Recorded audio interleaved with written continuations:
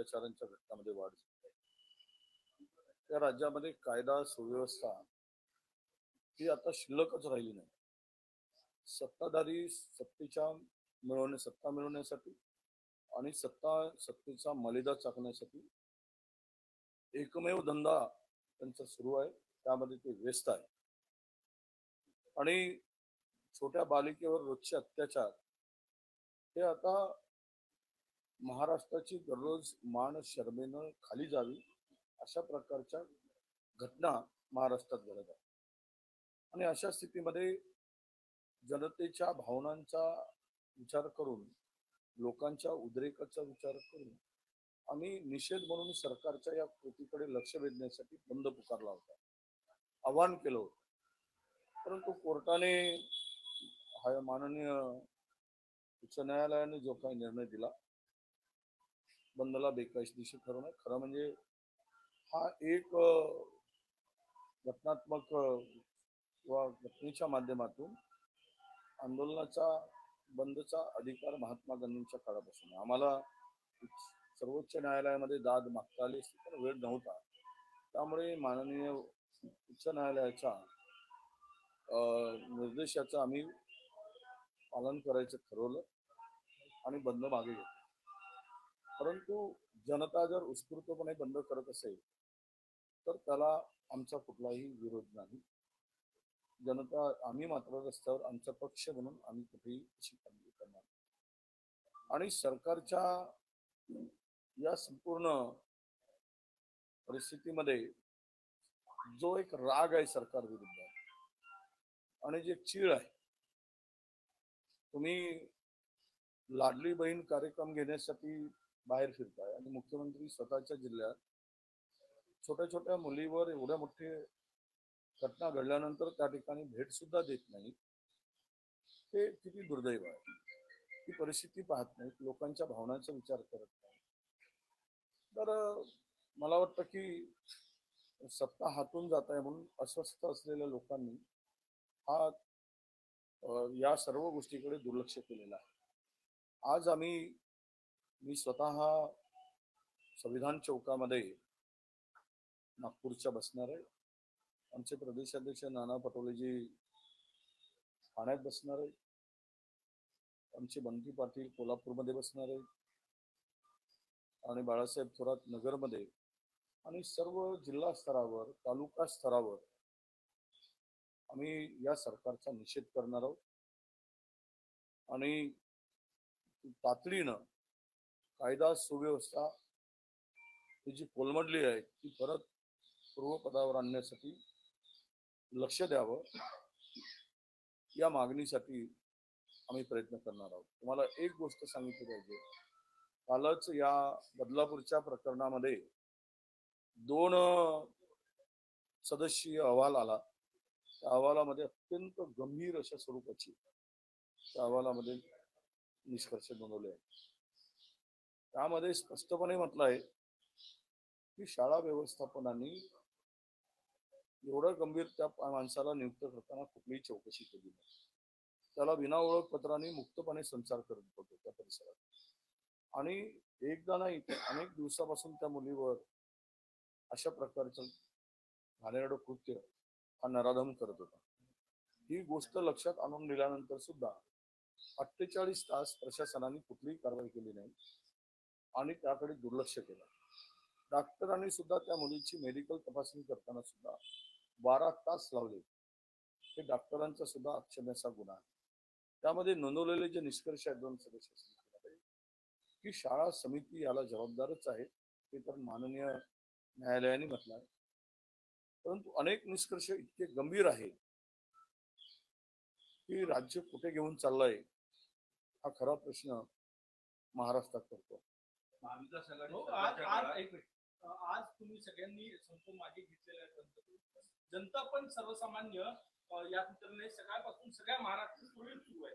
शाळा सुरू आहे, सगळे हॉस्पिटल ऑफिसेस सगळं सुरू आहे. बदलापूरचा जो अहवाल आलाय ती फार गंभीर आहे, ते सांगितलं त्याच्यावर कारवाई किंवा त्या अहवालावरून कारवाई नाही. आता ते अहवाल काल आलेला आहे. आम्ही शासनाला पत्र लिहून त्या संदर्भात त्वरित कारवाई करावी, कारण पोस्कोमध्ये कुठलाही गुन्हा निदर्शनास आला, माहीत झाला, तर त्यावर तुम्हाला वेळ काढूपणा करता येणारच. म्हणजे वडिलांना सुद्धा लक्ष किंवा नातेवाईक जर असतील, आई असेल, वडील असेल, भाऊ असेल, यांना सुद्धा तो त्याकडे दुर्लक्ष करता येणार नाही. पोस्कोमध्ये ज्या काही तरतुदी आहेत, जे काही पोस्कोच्या कायद्यामध्ये नियम आहेत, त्यानुसार हायकोर्टाने तर स्पष्ट सांगितलंय की सगळ्या संस्था चालकावर गुन्हे दाखल केले पाहिजे. शिक्षिकेच्या लक्षात आणून दिलं, मुख्याध्यापिकेच्या लक्षात आणून दिलं, शाळा व्यवस्थापनाच्या लक्षात आणून दिलं. त्या सगळ्यावर कारवाई होईल असं मला एडिशनल सीपी यावेळेस मी बदलापूरला गेलो होतो, ते त्यांनी सांगितलं. आणि उद्या मी पत्र लिहून यावर तातडीनं कारवाई करायची मागणी करतोय. एक महाराष्ट्रात आज सगळं सुरळीत नाही, जाऊ द्या ना, सुरळीत आहे काय नाही आहे काय, आम्ही आमचा बंद मागे घेतला, आम्ही निषेध करणार आहोत. जनतेने केला तर आम्ही जबाबदार नाही. अजून तर मार्केट सुरू व्हायचं आहे. मार्केट सगळीकडे 10 वाजता 9 वाजता 10 वाजता सुरू होईल. जनता ठरवेल. आणि अशा नराधमांना, अशा किळसवाण्या कृत्याला सहकार्य करणाऱ्या सरकारला जनता निवडणुकीमध्ये आपली जागा दाखवेल.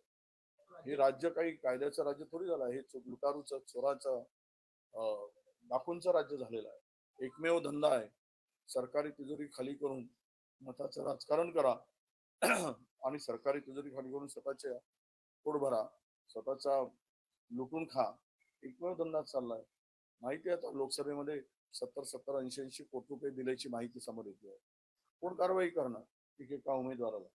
हे सगळे पैसे सत्ता मिळवण्यासाठी राज्य ओरबडून उद्ध्वस्त केलेला आहे.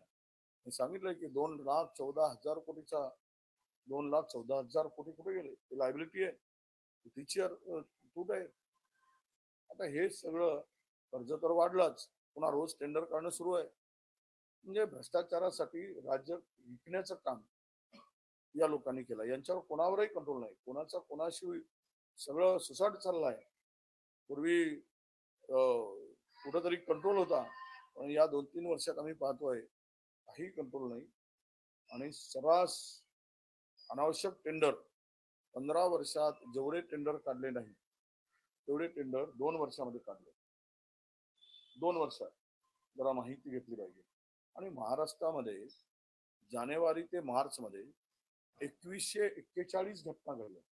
2141 मुलीवर अत्याचारांचे, महिलावर अत्याचारांचे, बलात्कारांचे.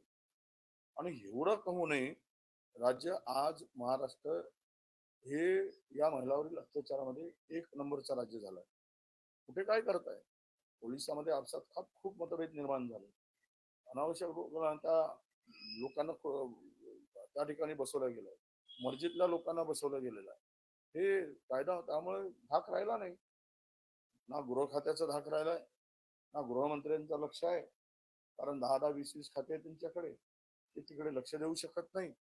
आणि राज्य मात्र उद्ध्वस्त होत आहे. राज्यातल्या नागरिकात महाराष्ट्रात मणिपूरचा राजत्ता बसवण्याचा प्रयत्न महाविकास आघाडी करते असं भाजपने आरोप केला आणि त्याचे सूत्रधार शरद पवार आहेत असंही भाजपने. शरद पवारांची कदाचित त्यांना भीती वाटत आहे, म्हणूनच तर Z+ सुरक्षा दिली त्यांना. ते म्हणले की माझी संपूर्ण माहिती मिळवण्यासाठीच त्यांनी न मागता देणं, याच्यातच भीती आहे. मोहन भागवतांनी न मागता दिली म्हणजे माहिती मिळवण्यासाठीच आहे. RSS मध्ये काय चाललंय हे सगळे डिटेक्टिव्ह सीप आहेत त्या लोकांची दिल्लीत असते. त्यांची स्टेटमेंट, त्याला जो महाराष्ट्रातला नेता ते सगळे मिळून हे अशी वक्तव्य करत असतात. महाराष्ट्रामध्ये तुमच्या डोळ्या देखत तुम्ही काय केलं? मणिपूर पेटवलं. कोणी पेटवलं? मणिपूर भाजपने पेटवलं. भाजपच्या स्वार्थी राजकारणामुळे मणिपूर पेटला. आणि एकदा सुद्धा भारतीय जनता पक्षाचा नेता सीएम, आपला PM ते का गेले नाही? आणि तुम्ही दुसऱ्यावर आरोप करताय. महाविकास आघाडी ही आता महाराष्ट्रात सत्तेत येणार, सत्ता जाणार म्हणून ते कुठल्याही स्तरावर जाऊन बोलू शकतात. यांना कुठलीही मर्यादा नाही. काल नागबीडला जी घटना घडली त्याच्या बाबतीत पण भयावह घटना आहे. मतिमंद मुलीवर जी घटना घडली, काल 5 आरोपीला मी एडिशनल एसपीशी बोललो, 5 आरोपींना अटक केली.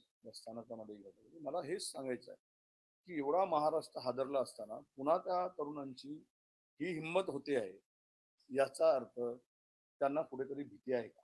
हे कृत्य करताना तरुणामध्ये, लोकांच्या मध्ये कुठेतरी भीती दिसते का? म्हणजे कायदा आम्ही कुछ भी करेंगे तो हमारा कोई कुछ बाल बाका नहीं कर सकता, ही हिम्मत गुंडांची झाली, ही हिंमत क्रिमिनल लोकांची झाली, हिंमत असा गुन्हेगारी करताना त्यांना भीती वाटत नाही. कारण एका ठाण्यामध्ये 57% क्राईम वाढला. सर्वाधिक गुन्हे ठाण्यात होत आहेत. कारण जेवढे काही गुन्हेगार आहेत ते सगळे शिंदेच्या बरोबर गेले, शिंदेच्या सेनेबरोबर आहे, जेवढे क्रिमिनल आहेत. त्यामुळं त्यांना वाटतं की हमारा आका ही खुर्ची पर बैठा है, हम क्यों डरे. हे जर होत असेल तर 57% क्राईम का वाढणार नाही? नागपुरातलं क्राईम वाढलाय, कशामुळे वाढतोय? हे सगळे मुख्यमंत्री उपमुख्यमंत्र्यांच्या जर गृह जिल्ह्यामध्ये हा क्राईम वाढत असेल तर हे त्या खुर्चीवर बसण्याचे लायकीचे आहेत का, हा खरा प्रश्न.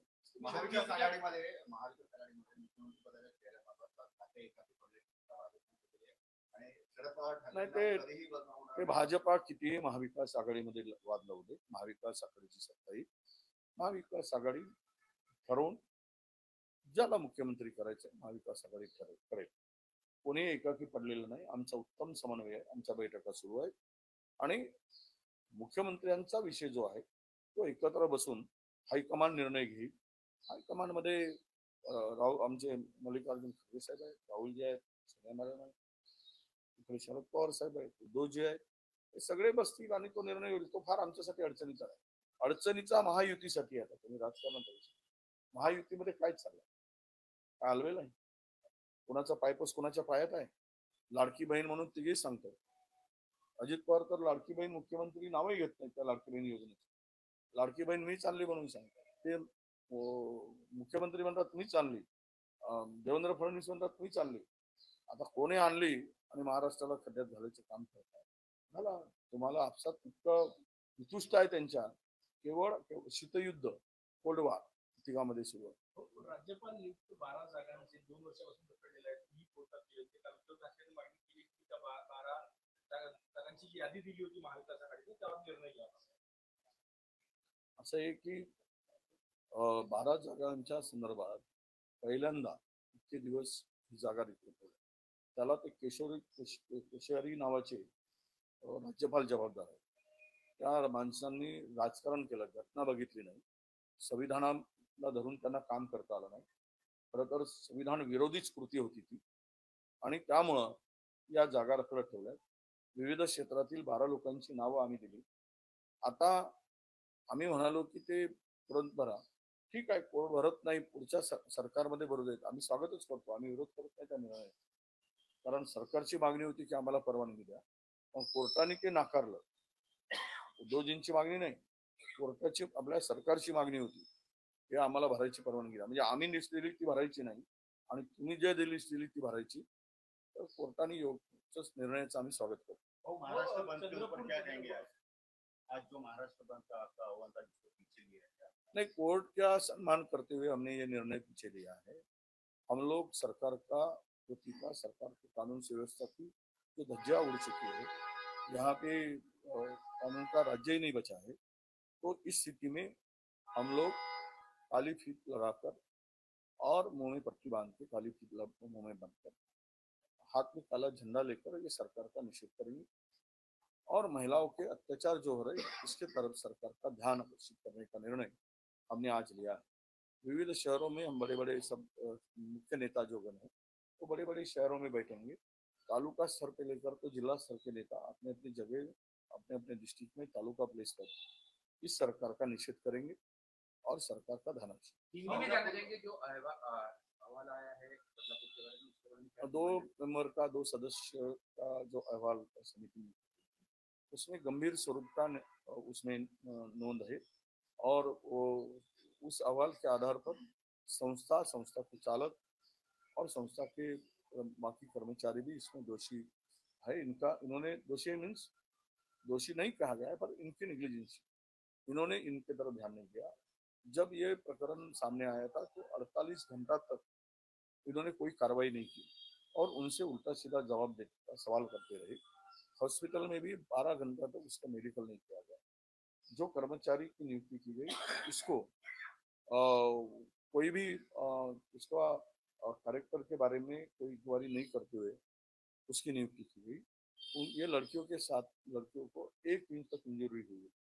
तो ये जितना गंभीर मामला है कि डॉक्टर ने भी ध्यान नहीं दिया, संस्था ने भी बहुत सारे निष्कर्ष है, वो गंभीर निष्कर्ष उन्होंने अपने अहवाल में दिया है। हम लोग इसके ऊपर कार्रवाई करने की मांग करेंगे। नागभीड़ की घटना को कैसे देखते हैं आप?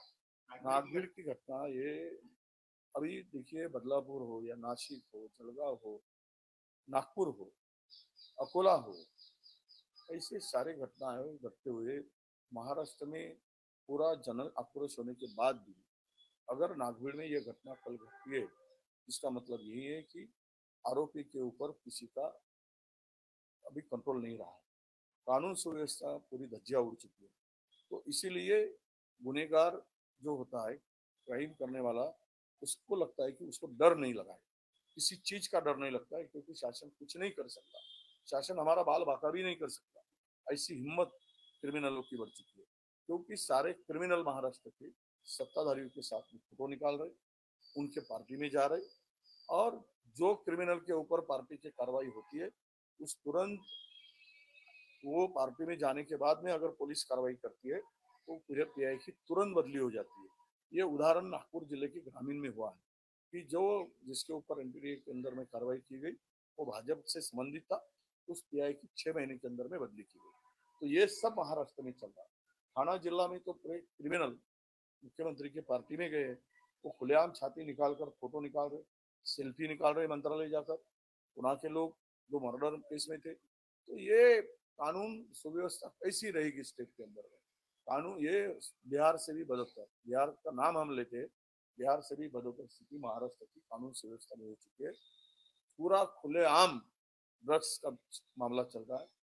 नागपुर के अंदर में एमडी नाम का ड्रग्स का 125 करोड़ का ड्रग्स पकड़ा जाता है, उसका छोटा इंडस्ट्री पकड़ी जाती है, कारखाना पकड़ा जाता है आचपावली में। महाराष्ट्र के अंदर में पिछले 3 महीने के अंदर में 1080 करोड़ का ड्रग्स पकड़ा गया एमडी से लेकर के। ये तो महाराष्ट्र उड़ता पंजाब हो रहा है, स्कूल के पीछे में ड्रग्स बेचा जा रहा है, कॉलेजों में बेचा जा रहा है। तो कहाँ है कानून सुव्यवस्था? महिलाओं के अत्याचार में बढ़ती हो रही है। अभी मार्च जनवरी से मार्च के बीच इस राज्य में 2141 छोटी बालिकाओं के ऊपर, महिलाओं के ऊपर अत्याचार हुआ। ये 57% ये 7 महीने के अंदर में क्राइम बढ़ा है। तो इसका मतलब क्या है? ये सत्ता में मशगूल लोग सत्ता मिलाने के लिए कुछ योजनाएं लाकर सरकारी पैसे का दुरुपयोग करके खुद की पार्ट खिला रहे हैं, और कानून के तरफ, कानून व्यवस्था की तरफ इनका ध्यान नहीं है, ये कंट्रोल नहीं है। राज्य खड्डे में जाए और हमारा सत्ता फिर से आए, यही नारा लगाकर ये घूम रहे हैं। आता बावनकुळे म्हणाले की अशा घटना घडतील तेव्हा सरकारच्या प्राथमिकतेने पक्षाने करावं याचं राजकारण हो, ते बिहार मध्ये आता पश्चिम बंगालमध्ये ते उभे राहिलेत ना, हे दुतोंडी आहे, यांना दुतोंडाचे जे हे असतात ना, साप असतात, ही भाजपची दुतोंडीपणाची भूमिका आहे। तुम्ही पश्चिम बंगालमध्ये डॉक्टरावर अत्याचार झाला त्यावेळेस तुम्ही काय केलं? तिथे सगळ्या ज्या ठिकाणी घटना घडतात तुम्ही कोणतं राजकारण करता? आणि आम्ही त्यांच्या बाजूलाच उभा होतो, आम्ही कारवाई करा म्हणूनच मागणी करतो, आम्ही काय दुसरी मागणी करतो? बावनकुळेंना आम्ही कुठे विरोध केलाय? त्यांच्या पक्षाला कुठे विरोध केला? आम्ही सांगितलंय की कारवाई डिले का झाली, तुम्ही कारवाई करणार नाही, दोन पोरींचं आयुष्य उद्ध्वस्त करणार आणि कारवाई होणार नाही, 12-12 तास बसून ठेवणार, त्यावेळेस कोणाला लाज वाटली? कोण गेले तिथे? एक तरी भाजपचा नेता गेला काय? या भगिनी बोलतात आमच्या भाजपच्या, बजबज, त्या कोणीतरी त्या विषयाचा निषेध केला का? यावेळेस काय वाटतं? तुमची जबाबदारी नाही या घटनेच्या विरुद्ध बोलायची? तुमचे तोंड का शिवले जातात? अशा परिस्थितीत शक्ती कायद्याचं काय झालं? जो महाविकास आम्ही महाविकास आघाडीने शक्ती कायदा जो लागू केला होता त्याचा मंजूर करून राज्याने केंद्राकडे पाठवला, तो कायदा राष्ट्रपतीकडे आता पडून आहे आणि राष्ट्रपतीची स्वाक्षरी झाल्याशिवाय तो कायदा लागू करता येत नाही। म्हणून आमची विनंती आहे केंद्र सरकारला की हा कायदा तातडीनं मंजूर करा, राज्यांनी जो मंजूर केलाय, आणि कडक कायदे झाले पाहिजेत, धाक निर्माण झाला पाहिजे, तरच असे प्रकार थांबू शकतात। काल वणीमध्ये आम्ही काही केलं, कोळशामुळे पिकं जी आहे ते काळे पडलेले आहे, प्रदूषणाची समस्या निर्माण झाल्या. अक्षरशः शेतात NM ग्लोबल वॉशिंग विरोधात तक्रारी केल्याची इन्क्वायरी माझ्याकडे केलेली आहे. कसं बघतं मोठं गोड बंगाल आहे, ड्रग्स मिक्स पासून तर सगळं. नाही, कोळसा काळाच आहे. काळ्यातून कोळशाला तिकडे आता आपण म्हणतो की ब्लॅक गोल्ड. त्यामुळं इथून चक्क सगळे राजकीय लोक सुद्धा मोठ्या प्रमाणात त्यामध्ये इन्व्हॉल्व आहेत. सत्ताधारी असतील, विरोधक असतील, हे कोळशाच्याच मागे असतात त्या भागातील आणि प्रचंड पैसा त्यातून मिळवत आहेत. सगळे मिळवत आहेत. त्यामुळे शेतकरी मेला काय, पोल्युशनमध्ये जीव गेला काय, त्या फार मोठ्या समस्या आहेत. त्यावर ते गंभीर नाही. लोक घेऊन जातात तक्रारी, पण त्या कोळशाच्या खाणीकडून, कोळसा मालकाकडून सगळे हप्ता वसुली सुरू आहे. सत्ताधारी वसूल करतात आणि विरोधकही वसूल करतात. आम्ही सांगतो, कुठलाही माणूस त्यामध्ये त्या भागातला त्या लोकांसाठी लढत नाही. त्यामुळे शेतकऱ्यांचं ते दुर्दैव आहे आणि शेतकऱ्यावर हा जो काही अन्याय होतोय त्याला जबाबदार हे सगळी मंडळी आहे. आणि विशेष करून ज्या खाणीच्या, ज्या वाशिरीच्या संदर्भात NM ग्लोबल हा तर मोठा माणूस आहे. नागपुरातले मोठमोठे राजकारणी त्यांच्यावर पाठीवर हात ठेवून आहे. त्यामुळे त्याच्यावर कारवाई होणार कशी? नागपुरातले आहेत. मला वाटतं की नागपुरातल्या राजकारण्याकडे सुद्धा त्यातला पैसा येतोय. शेतकरी गेला, मेला, शेतकऱ्याचं पीक उद्ध्वस्त झालं, शेतकऱ्याने आत्महत्या केल्या, तरी काही पडणार नाही. पण आम्ही लक्ष घालू. आपण निदर्शनास आणून दिलं.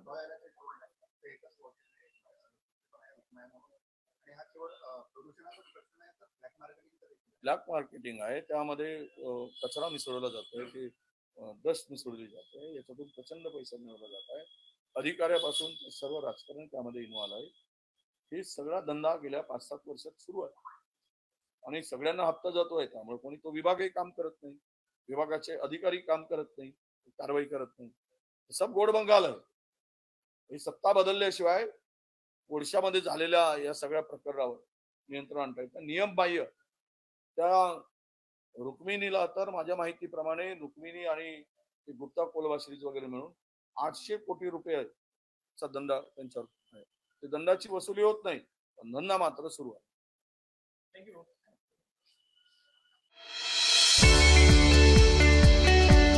25 वर्षांचा प्रदीर्घ अनुभव व अत्याधुनिक तंत्रज्ञान यांनी सुसज्ज असे पुण्यातील आकाश आय क्लिनिक व लेझर सेंटर. रोबोटिक पद्धतीने वेदनारहित मोतीबिंदू शस्त्रक्रिया, तेही विना टाका व विना इंजेक्शन. मेडिक्लेमची सुविधा व सेम डे डिस्चार्ज. लेसिक लेझरने चष्म्यापासून कायमची मुक्ती फक्त 10 मिनिटात. काचबिंदू, रेटिना, ड्राय आय, मायोपिया अशा अनेक डोळ्यांच्या विकारांवर उपचार म्हणजेच आकाश आय क्लिनिक आणि laser centre.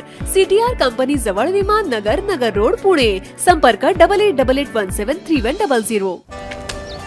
Come on guys, hurry up. यार सुन ना, एक ब्रेक ले लेते हैं. Guys, I'm telling you, तुम लोगों को सही से ट्रैकिंग नहीं आता. But that's okay, you can learn. रोज का ढक्कन देना. ये रेड वाला है, सही वाला देना. अबे ढक्कन, पहले तो सही पानी पीना.